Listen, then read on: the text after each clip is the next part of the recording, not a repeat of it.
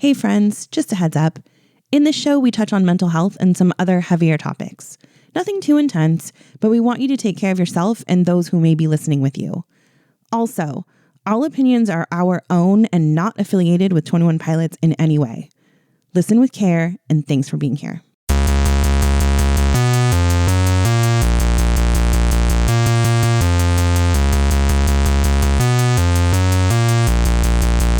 Putting on a podcast. Hello there. Hello. Welcome back to the show. Yes. Clickbait. Sorry, I was going to say drum show because that's what's playing, but you know. Yeah. It's a really special show. Why? Because it's episode 21. We can drink now? We can drink now. Oh. Yeah, we're 21. Oh, 21 Pilots. Duh. Hello. I wasn't even thinking of that. What an idiot. Where are you? Oh, my goodness. Yeah. Wow, that is special. That's special. Everyone should do celebrates their something. 21st birthday. Like 21 Pilots wise, not drinking wise. Yeah. We should do something special. Sure. Should we pause this and have a cake or something? What I should feel we like do? we should have had like a whole, special episode with like guest stars and, Well, I just asked our daughter if she wanted to be on and she was like, nah, I'm good. Yeah, she doesn't want to be on it.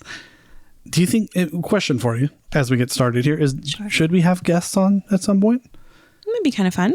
Like who? Would it have to be just a regular person, or do you think if we could get, obviously if we could get someone from the band or the industry, that would be awesome. Well, yeah, but I don't think we could do that. Yeah, it's too bad because that would be cool. That would be really cool. I think that would set us above all the other 21 Pilots podcasts out there, which there are none. There are some, yes, but Are there? yeah, we already went through this in the beginning. Yeah. Okay. Let's get it started. Episode 21. Let's do it. So do you want to kick it off? Sure. Just thinking about how we liked the format last week. How did you like the format last week?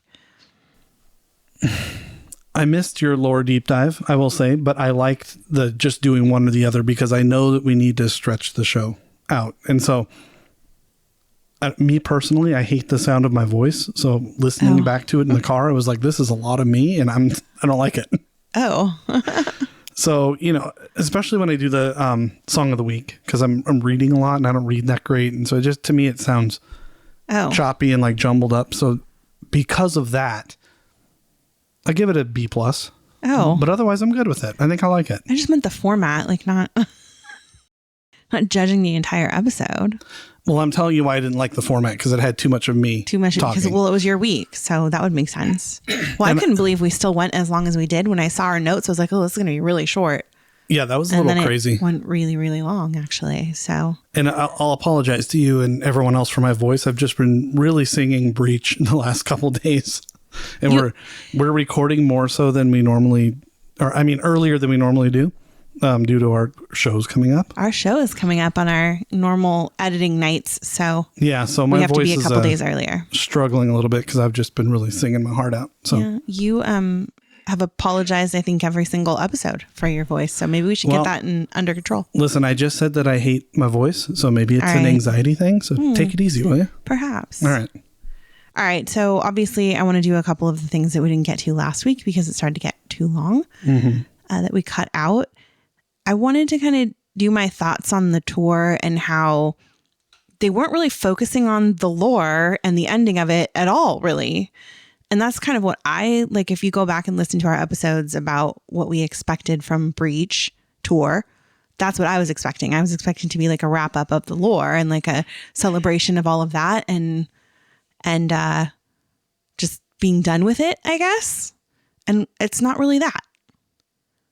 So You mean it's not done, or the tour is not that? no, the tour is not focusing on the end of the lore like I expected. Like I expected Intentions to be in there, and I gotcha. expected just to like focus on lore songs and like I said, be a celebration of the end of that.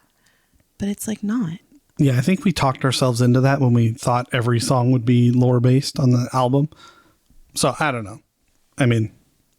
I thought I would have this empty feeling inside that the lore is over.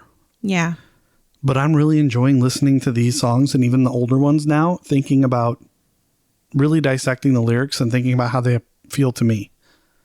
and how they apply to me or you or kids or people I know or whatever. And what I know about them. I like not having the story to connect it to. Oh. So I kind of feel good about it being over, actually. Oh, that's interesting. I will have to say that we've already been through my story. I didn't really like them very much. And then I started to get into them after I saw them. And then you guys started talking about, oh, it's this bishop and this thing. And I'm like, what are you talking about? Like, this is stupid. And I kept thinking, like, can't it just, like, why isn't it just a song? Like, why do people have to tie it to all these things? And then I realized, like, they really are telling a story. So I think, like, not having the lore is not a huge deal to me. I think my main worry is that they'll be gone for good. Like, not just the lore, but them specifically. So no way. Especially with maybe like if this album tanked or something, but I really don't see it now. People are really loving it. They've had like this resurgence since Clancy. So yeah, I see them just going stronger into the future. And you know, your favorite album is Vessel, right? Fair to say? Yeah. And that's just music. It's not lore based. Right. I think we're seeing bits and pieces of it sprinkle in now, but when they wrote it, it wasn't lore based. There was no story. So I think like, that whatever's in the future is right up your alley. Yeah. I feel like my favorite album is quickly becoming Breach. Well, again, not really a lore album, so that's good. I would say to begin with, it was Vessel, and then Clancy started to creep up there, but then Breach came out, and now I think it's that. So, yeah. Anyway, yeah. So I just was wanting to talk about that and how I expected it to be this whole end of it, and it really is not. And you kind of touched on, you thought you would have this like empty, sad feeling. And I kind of thought so too. And I still am a little bit worried about hearing that very last Trees at our LA show. I'm a little nervous about that still. But they keep announcing something new like almost every day. Yeah. So yesterday we got that the LA shows are going to have the FPE exhibit, which we'll get to in a minute, to my huge disappointment. But they also announced today that they've got another tour, European tour, not tour, but a festival that they're going to be playing. Mm-hmm. So people over there are thrilled. So yeah, they keep popping up. New things keep happening. So they're not gone. I keep getting like more and more excited. So it's just... Well, listen, there was that final Trees at the end of, what was it? Oh, the end of the Icy tour. And they were like, we don't know when we're going to, they're like, we don't know when we're going to tour again. And did they? Yeah. And people were like freaking out. And then sure enough, Clancy was there a year later. So, I don't remember hearing about that at all. Yeah. Go back and look it up. Huh. They did it. I'll have to. But I think everyone just needs to, I'm sorry, it wasn't the end of Icy tour. It was when they were filling in for Blink-182 at the festivals. And at the last one, they said, we're not sure when we're going to tour again. We don't know what the future looks like. And said something similar to what they said this time. Oh, why didn't anybody talk about that then? I haven't heard anyone mention that after the letter from Tyler. You'd think people would be like, guys, he did this before. Why are we all upset? I think some people were, but I think the letter had a much more of a... That would have made me feel a final lot better. Sound to it. Yeah, I don't know. I remember it though. We should look it up. Yeah, we should. That would have made me feel tons better had I known that. Yeah, it's out there for sure. Follower updates. We are doing really well. Great. We've surpassed 560 on Instagram, and we're at 955, almost 960 on TikTok. So I'm excited. What do our downloads look like? Well, we are a little bit over 4,000 all time. Like all time? Oh, that's pretty good. So, I've mentioned before, we did this podcasting thing before with a little niche podcast in a very busy podcasting time, I guess, during COVID. Mm-hmm. Never saw downloads like that. So I would call this one successful. We have a lot of engagement with people talking back and forth to us. Yes, we do. And it's been great. The downloads per week are great. The downloads per episode are better than they were. So aside from the crime one we did a little bit, which just blew up somehow. Yeah, that like super blew up weirdly. But I feel like with this one, I feel like it's different than that because we're talking to people. Like I feel like we have a actual fan base. So our host gives us unique listener stats and whatever. We have different unique listeners every day, which shows our total. Like we have those 4,000 downloads, like I said, but it shows that our total audience is like somewhere in the 1,000 people range. So there's 1,000 strangers that we're touching weekly that don't know us at all, that are listening to our stuff and enjoying it. So yeah, I love it. To me, I call it a success. I have several listeners that like converse with me on a regular basis. And like some of them will give me some like really cool theories and stuff, which I've saved. And so if you haven't heard your name and heard the theories that you've given me, don't worry. Like I'm saving them for when we do those particular things that you talked about. So please don't worry. But like with this giveaway that we've been doing, we've been getting people emailing us or all this other stuff, just kind of saying hi and whatever. And thanks for doing this. And we got like a really cool one today from our listener named Sawyer. So hi, Sawyer. Thanks for your totally awesome email about how much you appreciate us. I love it. And we appreciate you. So yeah, I mean, I've been having such a good time saying hi to people and talking and interacting. It's been really great. Yeah. And just real quick, I feel remiss if I didn't shout this person out. They talk to me all the time through Spotify, and I don't know their real name. Their name on Spotify is Tyler's Jumpsuit, and literally every episode comment and put in some requests. I think I covered a song for them. And this one, they reminded me before, but I forgot. And they told me that on X, they have an account that does art. I couldn't find it though. So I'm going to put it out there to everyone else because maybe I screwed up or had some kind of filter on or something, but I couldn't find this account. But if you want to go out there and look for it, show some love to this person. I don't know their name. The account is BLRYTYLRSFACE. So Blurry Tyler's face with some letters missing, if that makes sense. BLRY. Yeah, send that to me and I'll put it up on our socials too. Okay. Yeah. I'll try to find it. And if we're saying it wrong or something and you hear this, please send us a comment and let us know where we can find you. We're definitely going to get a comment. They listen to every episode and have great things to say. That's awesome. So thank you for listening. Appreciate it. It's fantastic. I apologize. I don't know your real name, but that's the beauty of this. We'll keep it that way. You don't know my name either. So that's cool. Yeah. Hey, it's fine. Yeah. But thanks for commenting all the time and interacting. And we appreciate you listening very much. Yeah. I see that you have a note here that I missed. I think probably should have been moved to a different spot in the notes there because it doesn't quite fit here. But do you want to talk about it? Yeah, I just wanted to point out Tyler. And I mean Tyler, like wearing a tie. Tyler's wearing a tie. And he made the comment that it was the first time ever, but it's not. Is it the first time ever that Josh told him to wear one? Because they've worn a tie on stage before. Yeah. When they did Emotional Roadshow. But he said when he put it on, it's the first time ever wearing a tie on stage, which I thought was weird. That is weird. Maybe he means like an actual tie. Maybe that was a clip-on tie. It could be that. And it was also like a normal size tie. The Emotional Roadshow ones were the little tiny pencil ties. Yeah. Tie, like little itty bitty ties. But I mean, it looked good. Maybe. Someone pointed out that if you look close, it's green and yellow, which are Torchbearer's colors. I didn't really get it. I mean, it's not standing out that strong. It's like that strong of a green, but it does look green and yellow. But, my man looked good. Yeah. And he always wears the top buttoned. Mm-hmm. So when he was struggling a couple shows ago and it was open, it just didn't look right. It looks weird. It looks disheveled. It doesn't look Tyler-esque. I enjoyed the tie. I thought it was kind of funny having that tie and then everything else red and black and whatever. It's just, it was cool. Cool difference, It's fun. Yeah. I like it. It's kooky. It's a kooky outfit. Formal Tyler. All right. Moving on to something else we didn't get to talk about last week that I really wanted to talk about. We are affectionately calling it No Mercy Gate because Downstairs has been a favorite since our family has heard it.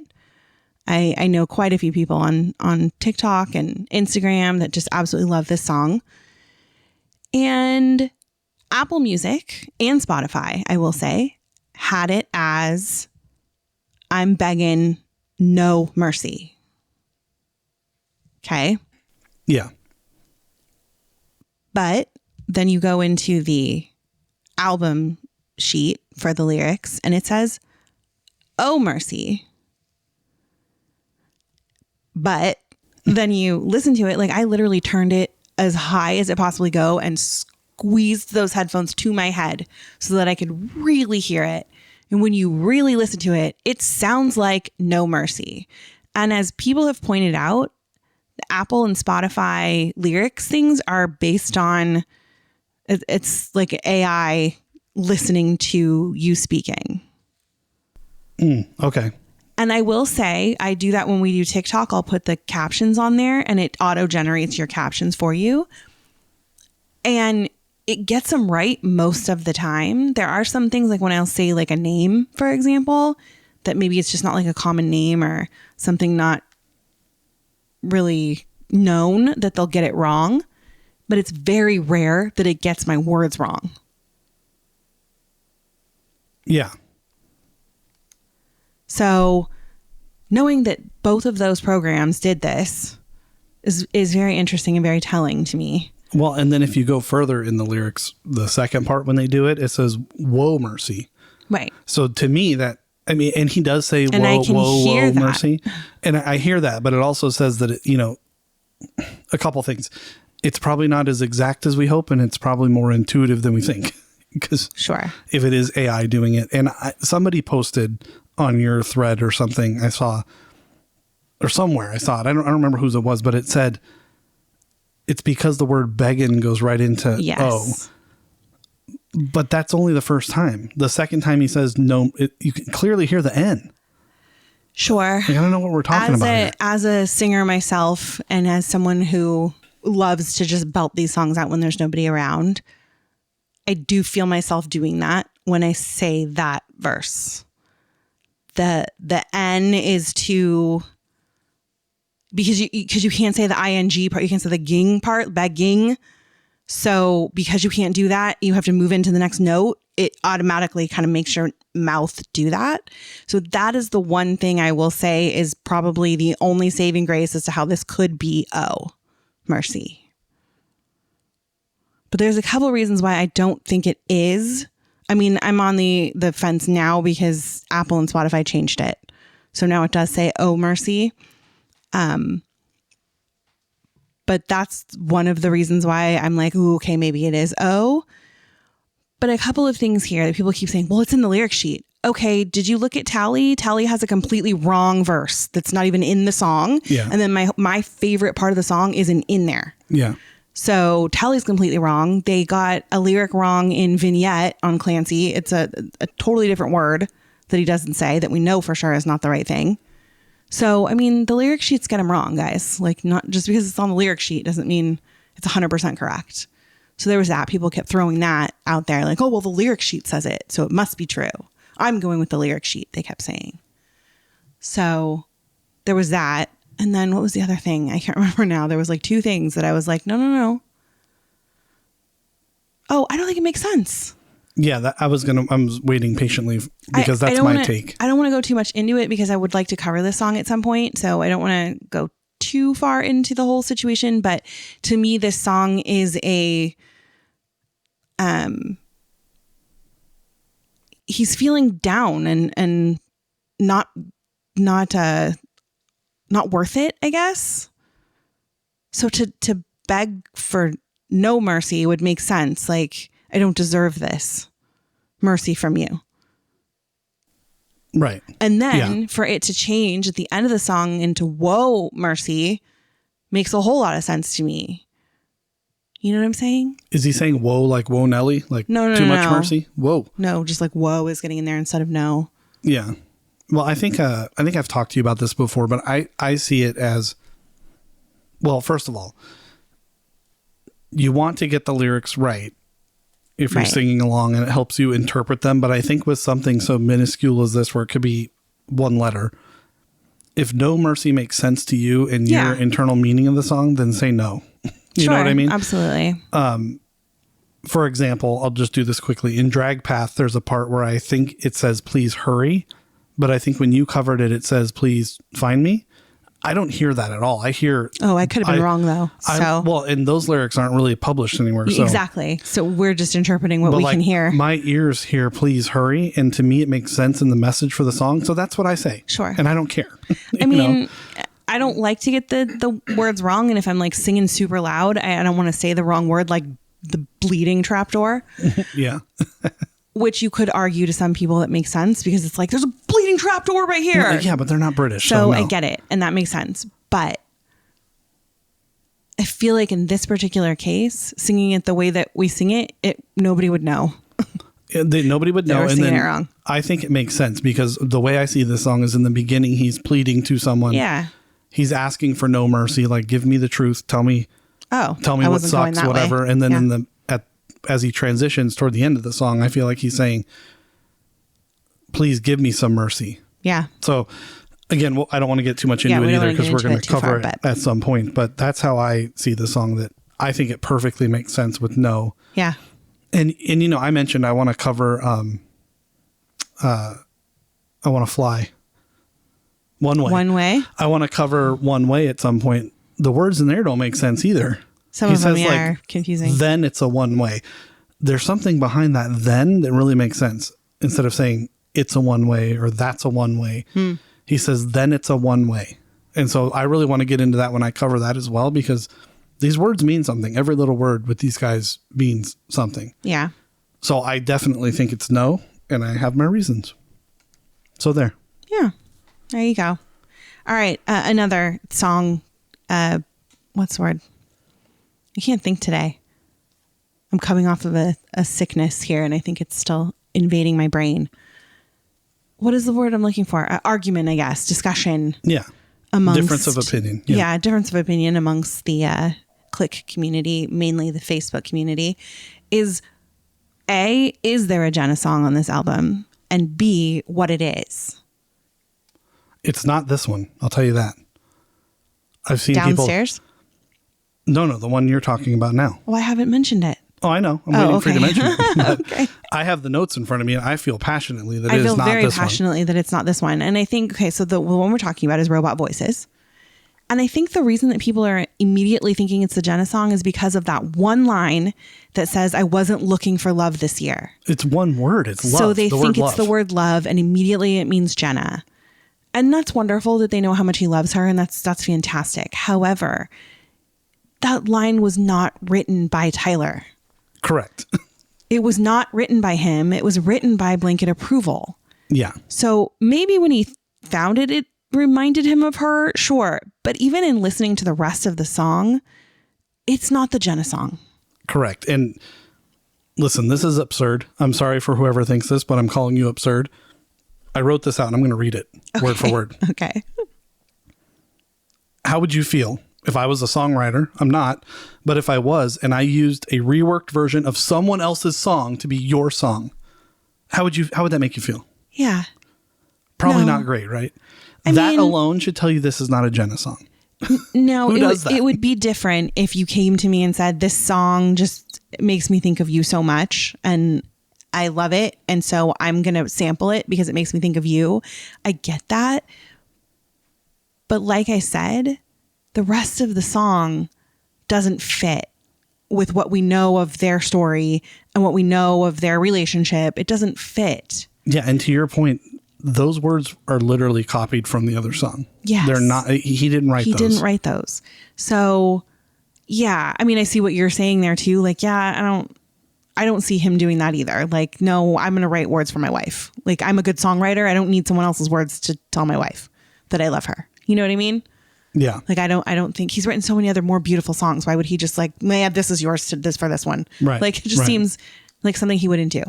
I've heard some people saying that it's a song for Tommy, and they gave some great examples, and I can see where they're going. I feel like it's a little bit of a reach. I feel like we're really stretching on that one. I have my ideas of what I think it is. And when I heard the blanket approval lady talk about why she wrote the song, it fits very well with that.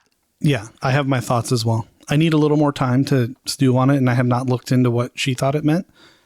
But I have my thoughts because it's one of my favorites. I've listened to it on repeat, sing along. I love it. I love it. So good. And so it's starting to come together for me, meaning wise. Yeah. Looks like you had something else you wanted to say on this. Yeah, I did. Speaking of songs that are, in my opinion, being wildly misinterpreted, I saw someone post today that Days Lie Dormant is for Josh. What? And we talked about that briefly this morning. Like, that doesn't make any sense. Y'all. There's literally words in there that say where is it? I'm going to mess this up. It says that he's wasting his love in a place I'm not, or you're not. Josh is with him everywhere he's at, other than home when he's with Jenna. So clearly, I mean, the one line, my favorite line, it looks so much warmer there. Try Topo Chico. Yeah. That is, why would that he be is a wife. Like, we've had these own conversations when I'm traveling, like, oh, it looks great there. You should go do this. And I'm like, I don't really want to. I'd rather be with you or whatever. Like, that is totally a couple talking to each other from afar. This is why that is the Jenna song. And we will get into that when we cover that song. And it's not a typical but Jenna Days song. Lie Dormant is my 100% Jenna song. I call it 1,000%. I'm with you. There's also that line that says, waste my time in a city where people don't know your name or they don't know your name. So you're basically saying that Tyler is saying everyone knows my name, but not yours when we tour. What, that doesn't make sense. Right. And come listen, on, you guys. Come on. Listen, we haven't gotten into this and I don't want to get into it, but I'm going to just say a little piece of it. Sure. There's a large group of people on X that are trying to ship Josh and Tyler, and they call it Joshler. And listen, they're married and they both have kids now. Yes. So like, it's not going to happen, you guys. Sorry. It's not a thing. So like, I don't think any of the quote unquote love songs are written for Josh. I think Tyler loves Josh. I think Josh loves Tyler. Yeah. They're the best of friends. I love my best friends, but I'm not writing love songs about my best friends. I would write one about my partner. Well, you could, could write a love song about your best friend, but not in a way that this song is. This song is like a longing for someone. Right. The song is like, you're my life and you're the only thing that matters to me. Right. That's not a Josh song. No. And I think like, if you want to interpret it that way, and we haven't covered this one yet, but I think My Blood is like a love song to a friend. Exactly. Like Josh. To family. Yeah. That's different. 100%. So, all right. Moving on. We're ranting now. Yeah. All right. The FPE is coming to LA and I am so upset because we're on the East Coast and they put it in Pacific time, which is dumb because I was Pacific time for my entire life, basically. So I don't know why this tripped me up. I, for some reason, thought that it was 3 hours behind us. No, I'm sorry. No, we are 3 hours behind. Excuse me. It is 3 hours behind us. Yeah. But I was thinking we are 3 hours behind. So I was all like raring to go this morning at 6 a.m. Had my alarm like set for 5:50 so that I was like up and like ready. And so last night when I realized, oh, wait a minute, it's not that. It's noon. I think that's what threw me off. But I did set an alarm. I had it ready to go. The alarm went off. I put the web page on so that I could hit refresh and wait for it to pop up. And then someone came in my office and had to ask me a question. Well, first, listen, shame on you for 21 piloting at work. You have a job to do. 21 pilots at work all the time. Shh, well, don't tell anybody. Okay. Well, you just did. Anyway, well, my work's not listening to me. Anyway, so someone came into my office, asked me a question. And then the next thing I know, I look down and it's 12:05 and I'm like, ah!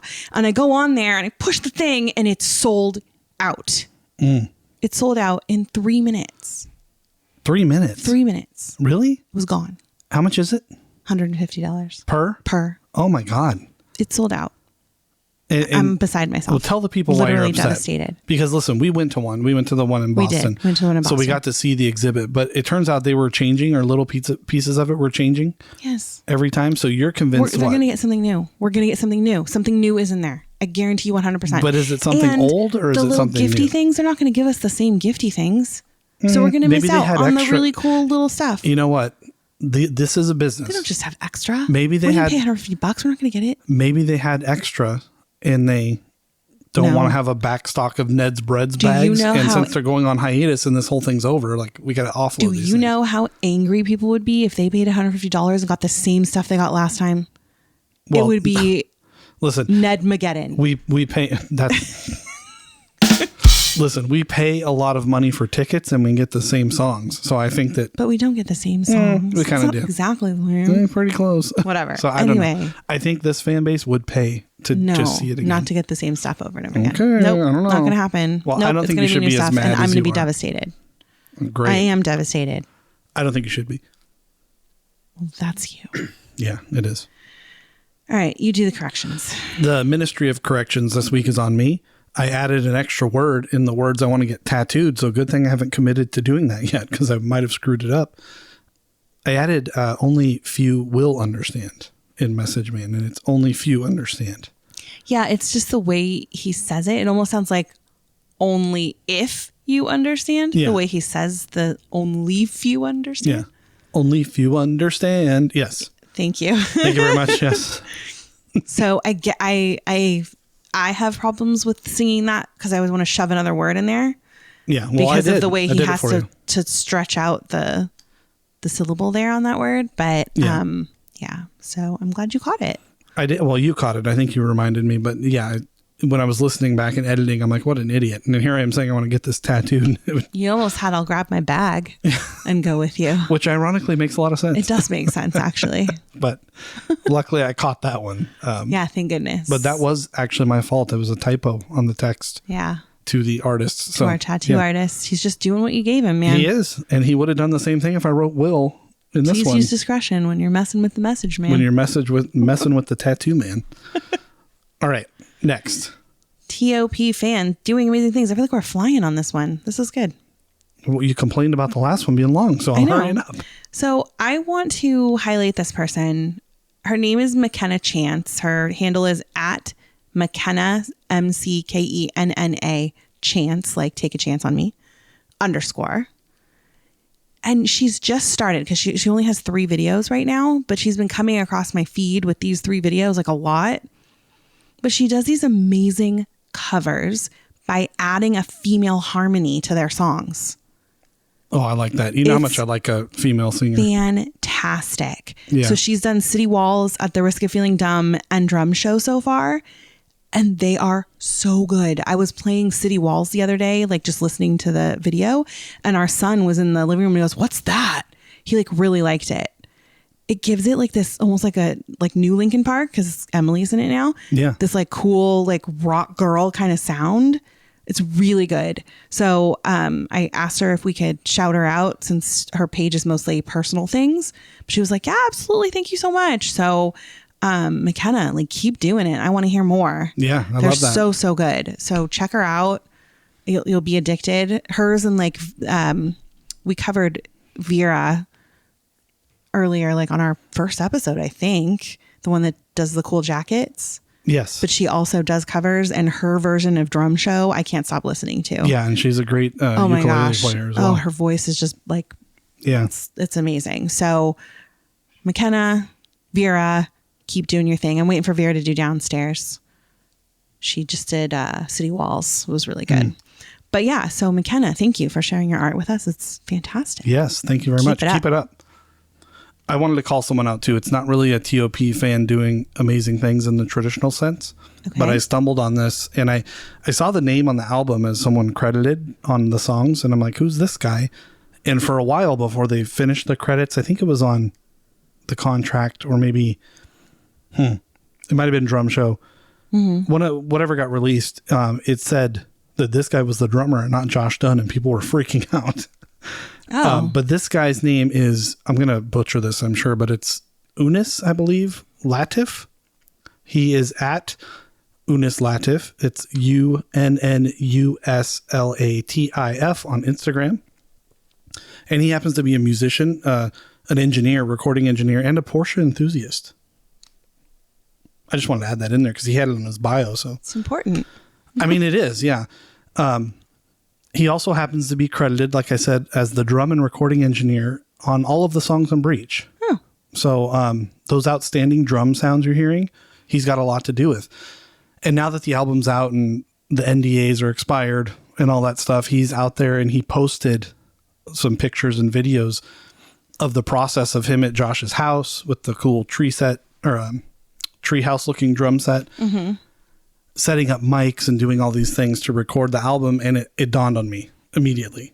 I think this is why we don't have a lot of Breach songs on tour, because the amount of stuff he had to do. Like at one point, there's a picture of like 6 snare drums of different sizes and colors and materials stacked up to make these sounds. Like, for example, Center Mass sounds like a jazz song, like a jazz drum beat to me. Right. And then you have punk and pop punk and typical 21 Pilots. Like all these things require different effects and tuning. And tuning a drum is not like tuning a guitar. Like you have to twist the things down on the head and it completely changes the sound. I don't think they'd be able to do that on tour. Yeah, it would be too much. I mean, at one point he's adding like all these dampers and covers and things that make a different sound on the toms. Like there's no way you could do all that in the time that they have. So everyone that's upset about that, I think that's why. Because for a show, you have to have kind of like a general tuning. Maybe you'll switch out a snare here and there if you have a little break, but you have to put like a general tuning on the drum heads and kind of go with it. Yeah, and there are some songs that Josh plays the electronic drums for, or the drum, whatever that's called. And that's great, and it's all well and good, but I don't think we would pay to have him just standing there the entire time. We got to see him bouncing around and doing all those little faces and stuff he does with the sticks. Like, you can't do that with that kit. So... Yeah, like for example, I think about the unplugged version. Yeah. It was really cool to see him create all that, but it wasn't as energetic and fun as a show. Yeah. But the acoustic drums, like I said, he'd be sitting there tuning them for 5 minutes between every song just to play, to go from center mass to like one way, because there's such different styles. So I think that's why. Hopefully that gives you some, what is it, solace? Is that the word? Yeah. Hopefully that gives you some solace when you're upset that you don't hear your favorite Breach song. The ones we're getting have a very common acoustic drum sound, in my opinion. Or there's songs that we know we couldn't have done without, like City Walls. We had to. Yeah, you have to have. You have to have City Walls. Right. So we're wrapping up the lore. You have to have that one. So yeah. I don't know, that occurred to me as a music-minded person that maybe this is why, and so it made me feel better. Good. That they weren't just, screw you guys, you don't get the new stuff. Well, good. Thanks for sharing that. Sure. All right, I just want to do a really quick update on, we covered Clique Takeover a couple episodes ago. They're a group who is, it's an Instagram page that is giving their page to fans to take over when they go to their show. And so we've had a couple of them recently, and one of our followers was the Tinley Park show. So that was kind of cool to get to know her a little bit more. I just wanted to kind of bring it up. If you're not following it yet, please do. It's really fun to see the different shows, because we don't get to go to them, obviously. So it's really cool to see all the different things going on. They're taking pictures with people outside the venue and stuff like that. So it's really neat. Go take a look at it. They're doing a great job. They're trying to get to 1,000 viewers, because I didn't know this, but I guess, I don't know if this is a new thing, but you have to have 1,000 viewers to go live on Instagram. So in order for them to have their takeover people be able to go live during the shows, they have to have 1,000 followers. The last time I looked, they were pretty close to 800. So they just need a few more to push them over the edge. So go take a look at Clique Takeover. Followers or viewers? You said viewers the first time. Sorry, followers. Oh, really? Followers, yeah. Sorry, I didn't mean to say viewers. When did that change? Or did you go live on TikTok for that? I was on TikTok. Ah, okay. And you know what? That could actually be why, because I looked at Instagram first and couldn't figure out how to do it. And then because we have more followers on TikTok, I thought that was the better venue to do it on. Mm-hmm. It sounds like it's not based on, like, I guess video quality is much better on Instagram, but as I shared earlier, we're not even halfway there. So yeah. Well, we're a little over halfway there. Well, when everybody hears this, they're going to put us there. Maybe that would be great. I would love that. And also, it's been really, really great. The past people that we've covered on TOP Fans Doing Amazing Things have all been so grateful that we covered them, and have like reposted our stories and things like that, and sent messages of like, wow, that's really cool. I really appreciate you guys doing that. And even ones that have more followers than we do, we're like really grateful that we shouted them out and kind of covered them. So I don't know, this just makes it fun. It was just something I wanted to do because there's so many really cool, talented people out there that people don't know about. Yeah. So I just thought I would help it out a little bit, but this totally makes it worth it. So. Well, yeah, and there's a million pages out there and profiles dedicated to this band. Yeah. Like you said, some that have hardly any followers, some that have tons. So it doesn't matter for us. We just want to celebrate you. Yeah. So I just think it's really neat. Everybody's got such great talent in this community. So. Speaking of that, very quickly, I wish I would have took down the account, but the boy that sang at Tinley Park sells bracelets, I guess. Oh, cute. And he super cool kid. Like, he reminds me of our son when he was probably like 8. Oh, you know how okay. he talked and how he was so literal about things.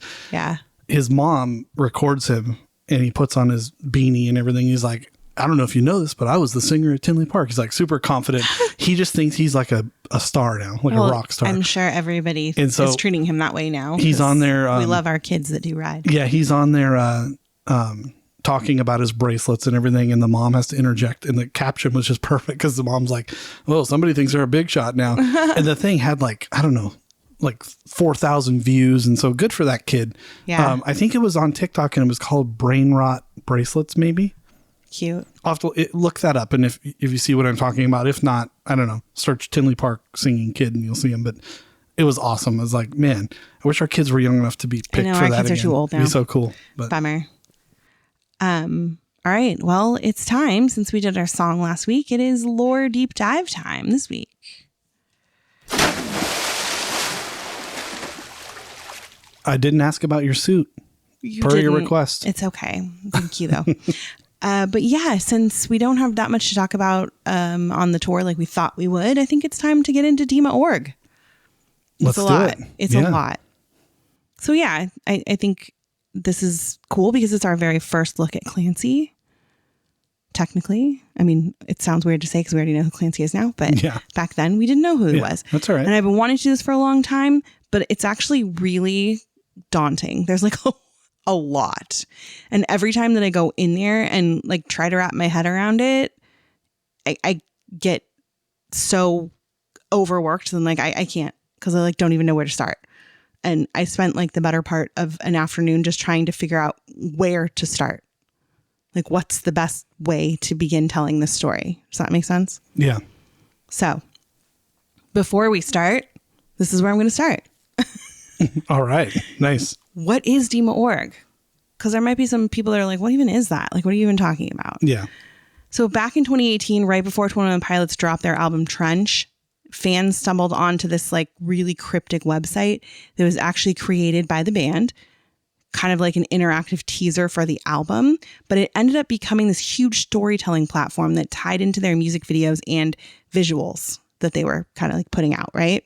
Mm-hmm. The site had journals and images from a character named Clancy, who lived in the walled off city of DEMA, ruled by these 9 creepy bishops. Over time, the site updated with more pieces of his story. Clancy tries to escape, makes it out into this dangerous place called Trench, but eventually he gets dragged back to DEMA by one of the bishops. And it was basically the start of this whole narrative that we've been living for 10 years. Okay? Yeah, the humble beginnings. So it kind of kicked off with was it the VMAs that Josh accepted without Tyler? Yeah, I believe so. I think it was the VMAs. Yeah. There was an award that Josh came out, accepted without Tyler, and said this thing. He said Tyler wanted to be here, but he's severing ties with DEMA. Yeah. And everyone was like, what is that? What is DEMA? It threw everybody into a tailspin because we're like, what is going on here? Yeah, and what are we severing ties with? And it kind of kicked off this whole thing here. Yeah. So the first sign that something was a little bit weird was on April 20th of 2018 when Reddit user Jake Dello noticed that the original like GIF video that was on the Vessel collection on the band's web store was changed and replaced with one that shows an incomplete website link at the end. When the link was followed, it led to a page with a 404 error that basically says, you're in violation. They mustn't know you were here. No one should ever find out about this. You can never tell anyone about this. For the sake of the other's survival, you must keep this silent. We must keep silent. No one can know. No one can know. No one can know. No one can know. So I don't think anyone can know. No. And then there was a violation code 1539864.2_14, which we all know very well now. I just got to say, though, I've seen the GIF. This kid had to have been like staring at it to notice that that's there. It is the shortest little blip. I had to watch it a few times to even find it. So this is the original 21 Pilots sleuth, I guess. I guess. He started it all. I guess he started. Well, I mean, there's other things people have decoded before, but yeah. So it was Lindsay. Oh no, this is after Blurry Face. Yeah. So there was already been decoding going on. Well, yeah. So we knew all about Blurry Face. We knew the villain, if you will, before the setting. Before, before we knew about DEMA and the fact that there was 9 of them and all this other stuff. All right. So I read you the error code, but what I didn't tell you was that there are capitalized letters within the message that spelled east is up. And people also noticed that if you freeze the GIF, more of the frame was visible, and they saw a series of 9 dots, with one being separated by the others by an underscore. And these were the dots that corresponded to the Bishop's songs on the Blurry Face album. And they matched the violation code exactly. So by putting the violation code in place of the incomplete link, they were able to find the entire website. If you look at the incomplete link, there's like a bunch of little slashes. And if you put it in there exactly how it looks, you get that error code. Mm-hmm. But if you replace those little slashes with the violation code that was there, it brings you to the DEMA.org website. Oh, okay. Okay. Who figured that out? Jeez. You know what? It's interesting. I've been watching them trying to figure out these latest digital remains. And people are like, did you try it with this? Did you try it with that? Did you do this? Did you put this password? Did you do this? Like, there's so many different, like, it's basically trying to figure out someone's password. Yeah, I took a stab at decoding, I think the, I don't remember, something we got in the rollout to Breach, and I gave up after like 3 tries. I'm like, this is, first of all, I felt stupid, and I didn't have the time. We don't have the patience or the time for this. So I'm very thankful for all these people that do have the patience and time and the great minds, because I can't think like this at all. No kidding. All right, so the main DEMA.org website started off with 5 images on its page. So when you went to the webpage, it was just these 5 images. And then over time, there were more updates to the website that were made with images and different information each time. Each image has a unique file name and features a moon date. So I don't know if you've ever heard this. I've heard people talk about the moon date before. And I was like, what are you talking about? Well, this is what they're talking about. It's a moon date. And what that is it's a date shown in a year, month, which is the moon, and then day format. Okay. So the format on the site is the year corresponds to the last 3 digits of the year. Most moon dates correlate to either a relevant date in the band's history or to a date that would end up being like a release date or an announcement date, etc. Does that make sense? Yeah. Okay. So now let's get into them. We're going to talk about the first image on the DEMA.org website. Image number 1 is called 98806 Moon 18, which corresponds to the date, the 18th of June, 1988, which is Josh's birthday. You look very confused. Yeah, I'm going to have to read this later. Why? Well, I'm a visual person, so I hear what you're putting down, but that, I don't know how you got that date from the moon format. Like, how did you get the 1? Where's the 1? And how do we know that means 1988? Because if you think about it, all the dates we would have had at this point, it's 19. It's not 2998. No, yeah, okay. All right. So there's a little bit of common sense involved. A little bit of common sense. Okay. I think people figured it out because all of the dates correspond to something important, so they realize it's a date. Yeah. It's not just and moon, nonsense I think, numbers. is an automatic thought of like a month, because that's what happens to the moon is it changes each month. Yeah, don't like they do that in space? Like if you're on Mars or something? I think probably. I saw that on The Martian. They do the same thing. It's like moon. Yeah. Okay, anyway, this is so maybe people just realize it must be a date with the word moon in there. Yeah. Something like that. All right. So the first post on the website is an image of a typed journal from a guy named Clancy. Remember, we don't know him yet.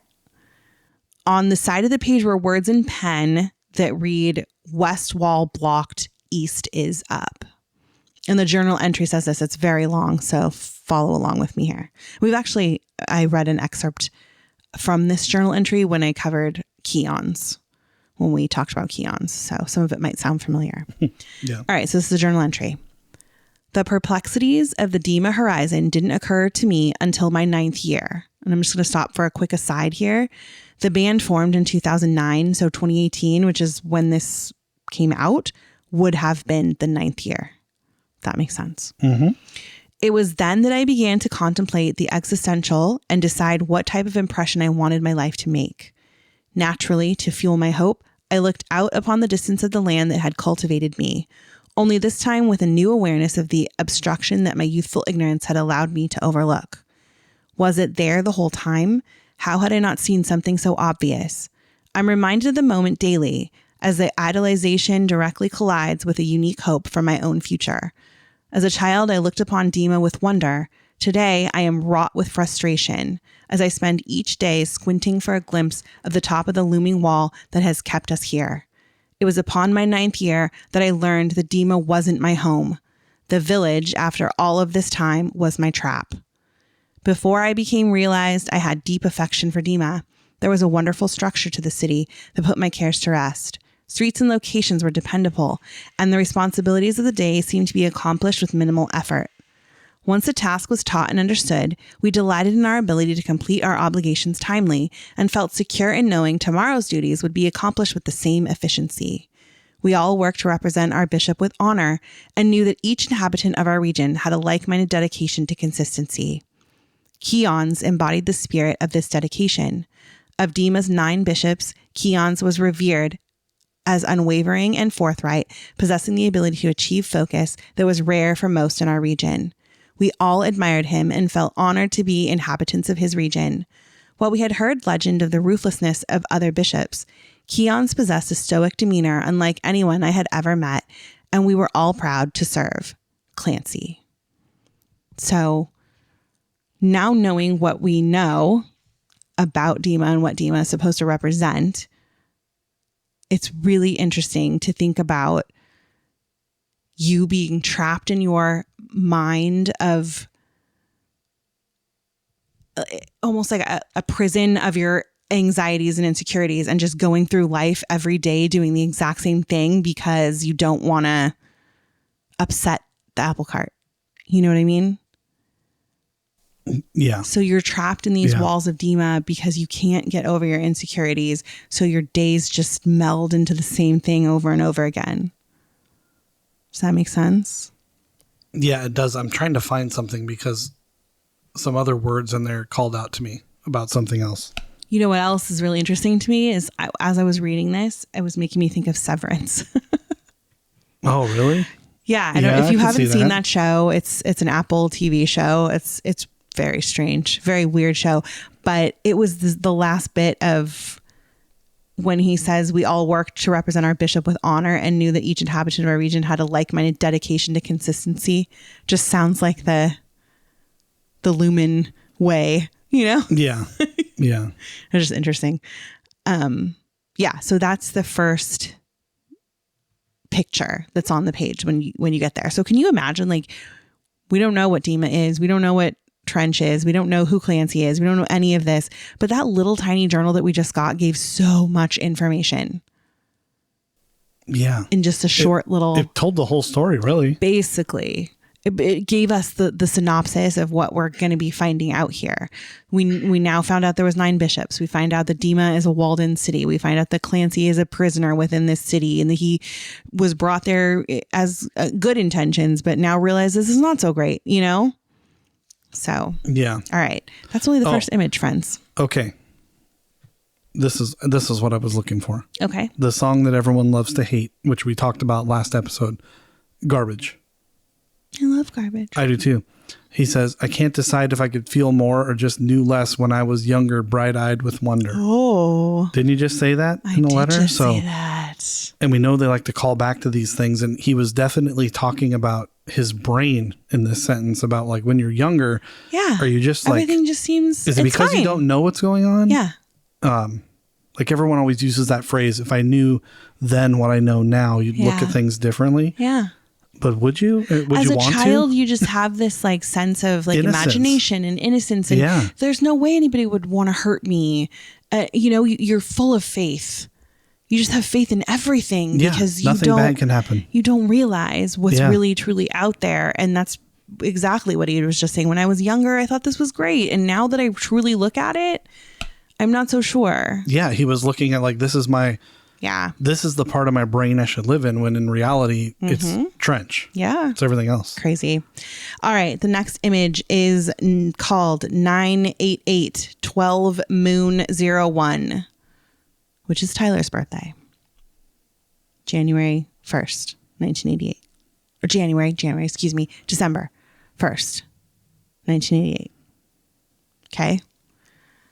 This was an image titled Badge, and it looked like it was from the bottom of the FPE logo, and then there was some words underneath it. And the word said, identified as failed perimeter escape by DEMA Council, violation of section 1539864.2_14 of VIALIST Code of Conduct. So this is the image where we get a new meaning for FPE, which is the failed perimeter escape. So we now have the idea that somebody has escaped DEMA. Right. Okay. And before this, we thought it was just Few the Proud and the Emotional from Blurry Face. Yes, exactly. So now this is our first like new meaning for FPE. Yeah. Okay. All right. The third image is called 009-12 Moon 29. And this was the release of the self-titled album. That's the important date for that. And this image is a grainy black and white picture showing like a line of vultures sitting on the edge of what looks to be a wall. Someone was able to find the original photo out there, because of course, and see that it was indeed vultures, but they're sitting on the edge of what's called a DEMA, or a tower of silence. And those are the towers that we talked about from the, I'm going to say this wrong again, it's Zoroastrian, I believe, religion. We talked about that, remember, in one of our first episodes? Yeah. Where they would put the dead vultures to feed on them in what's called a sky burial ritual, so that they wouldn't contaminate the sacred elements like earth and fire. So if they burned the body, that would contaminate the fire, right? Or if they buried it into the earth, it would contaminate the earth, because to them, those were sacred elements. So just having the vultures eat them and then just bring them up to the sky, that was their way of getting rid of their dead. Yeah, if there's one group out there you don't want to piss off, it's Earth, Wind, and Fire. No, never. All right. So in this picture I'm looking at, and hopefully you post it, are those dead people? But hold on. Okay. I'm going to get there in a second. I want you to look at this picture. It's gross. Because this picture is not what was on the dmaorg website. Oh, okay. This picture was what I found when I was trying to figure out what the Zoroastrians called this particular thing. Mm-hmm. I did some research into their religion, and it's fascinating, first of all. But it also told that whole story about, remember I told you that Josh and Tyler heard the story about how the vultures are becoming extinct, and so now their whole religion is extinct. Yeah. And how they thought that was just so sad. Mm-hmm. It tells that whole story about why this is, why the vultures are not are becoming extinct from feeding on the dead because of their antibiotics. Mm-hmm. They're killing the vultures. So then the vultures are now becoming extinct, and there's not enough to do these rituals anymore. Yeah. So they had to stop doing the rituals. It's crazy. Yeah. Anyway, but this is a picture that came up. Could you look at this picture? I'm going to post it. I will.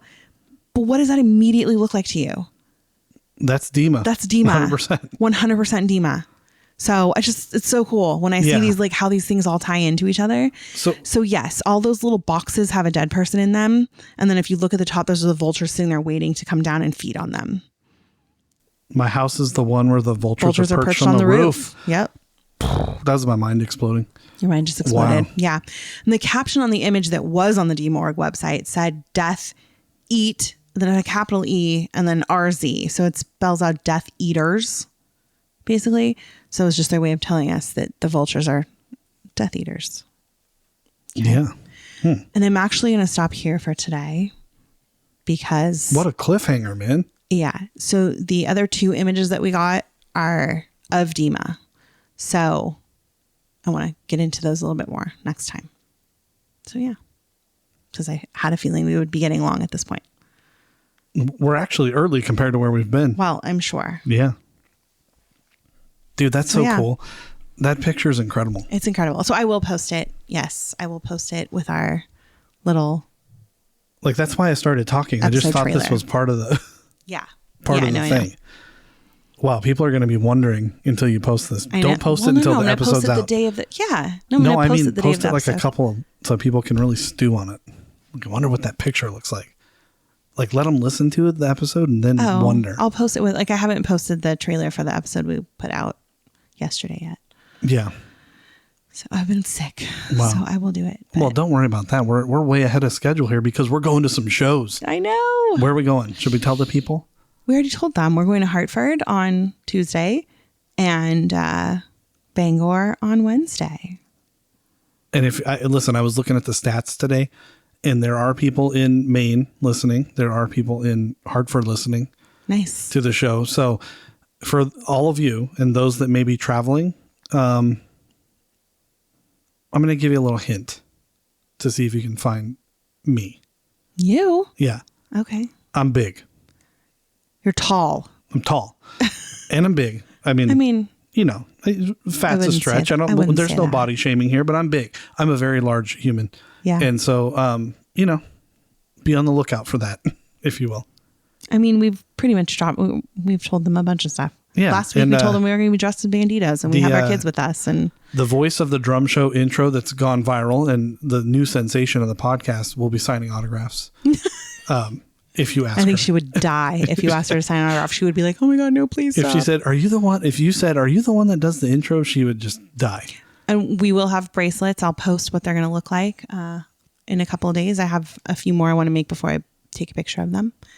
And we have some stickers. We have some stickers. And I don't know if she's a listener, but I saw someone post that is an ADA fan and is in a wheelchair coming to Bangor and said that she really wants to like trade with people, but she doesn't have the ability or the time to make bracelets or stickers or whatever, and wanted to know if it was okay if she traded just like positive type sticker messages. Oh, I would love that. That's I'm here to tell you, I will give you 1,000 clickbait stickers for one of your positive stickers. I think she probably just wants one. But whatever. I'm happy to trade with you. I'm happy to do whatever you want to do. Because I think her name was Lainey. Maybe, but welcome.